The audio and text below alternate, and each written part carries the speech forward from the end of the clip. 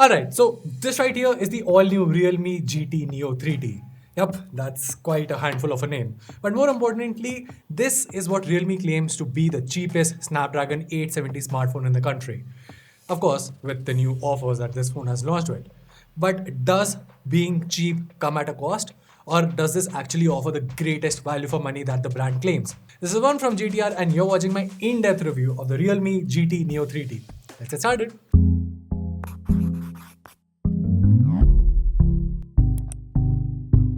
Alright, so kicking things off, let's start by talking about the design here. Now, Realme has this racing grid finish on the back of the device, which not only looks different, but also adds a little bit of grip to the device. Now, I'll be honest, I personally am not a fan of it, but it definitely does look unique, and I'm sure a lot of folks would be interested in buying it. Of course, the good part is that even if you do not like it, it's very subtle, so half of the time you don't even notice that it's there. Now, weighing in at 195 grams, it's not super lightweight, but the device is designed in a way that it's quite ergonomic on the whole. The phone also comes with support for 8 5G bands, and the haptic feedback here is pretty good, although there is a slight room for improvement here. Now, in terms of protection, the phone comes with Corning Gorilla Glass 5 protection up front, but there's no mention of protection on the back. Also, this thing comes with a plastic frame, but personally, I don't really care about that because it's still quite durable.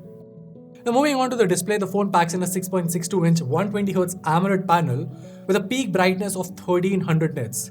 I'll be honest, the outdoor legibility here is amazing. Like literally, I've been using it under direct sunlight without any issues.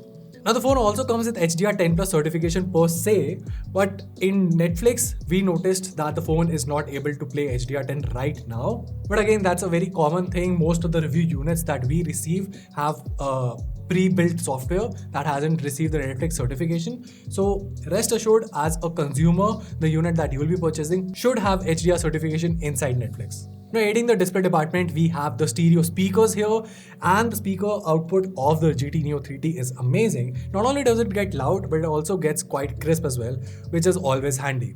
Moving on to the camera, we have a 64MP primary sensor coupled with an 8MP ultra-wide sensor and a 2MP macro sensor. Up front, there's a 16MP shooter for selfies. Now, right off the bat, I was quite disappointed by the fact that this phone does not come with OIS because let's be honest, the direct competitor to this is the iQOO Neo 6 in the same segment, and that thing comes with an OIS stabilization, and that difference would have made things better. Now, that is not to say that the camera of this phone is bad per se, as you'll see in the shots on your screen, but I just feel that with OIS, the shots could have turned out to be more stable, especially in low light.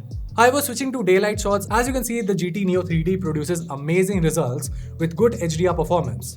However, in some cases, we have noticed that Realme processes the images quite a lot more, which does make the shot look a little bit over sharpened, so it might not suit everybody's liking. Moving on to human shots, it's nice to see that the skin tones are pretty good here, and the edge detection in the portrait mode is pretty good too.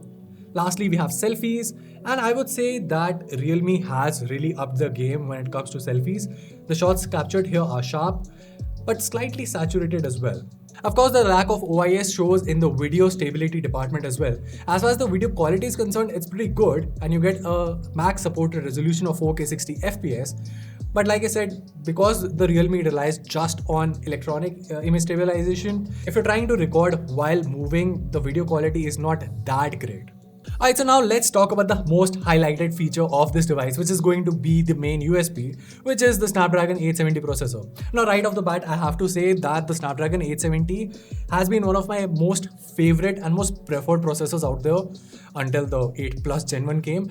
And this is evident with the Realme GT Neo 3T. I mean, the benchmarks are on your screen, and while they're great scores in themselves, the best part here is that in a 15-minute CPU throttling test, Realme throttles around to just 87%. And even for extended sessions, we've noticed that not only does Realme offer good performance, but it also offers sustained performance, which is evident when you try and game on the phone for hours. Like literally, the GT Neo 3T is a device on which you can game for hours without having to worry about overheating or any sorts of lags or stuttering.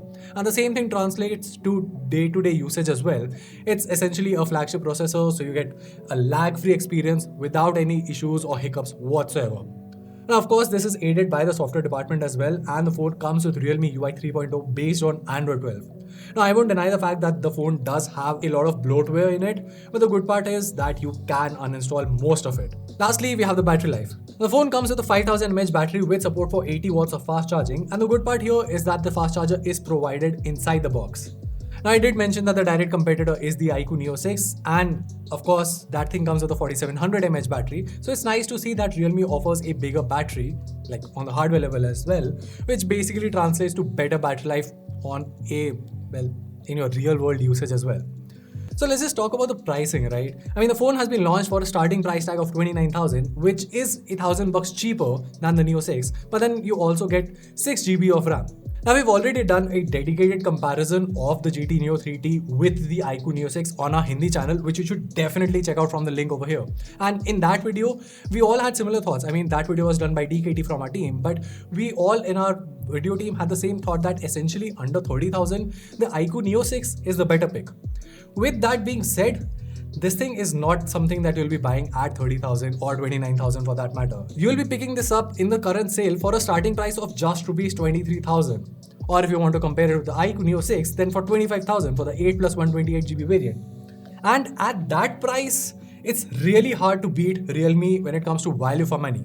Sure, I do miss the lack of OIS here, but other than that, it's a great device. It offers very good sustained performance. The Snapdragon 870 is easily one of the best performing chipsets that you can use on your smartphone, and everything around it, like the whole package in itself, is amazing. So yeah, essentially if you're considering buying the Realme GT Neo 3T, I can wholeheartedly recommend it to you. And well, that was it. If you found this video helpful, make sure to let us know by giving us a thumbs up and subscribing to our channel for more awesome tech content. Till then, this is Varun from GTR, and I'll see you in the next one.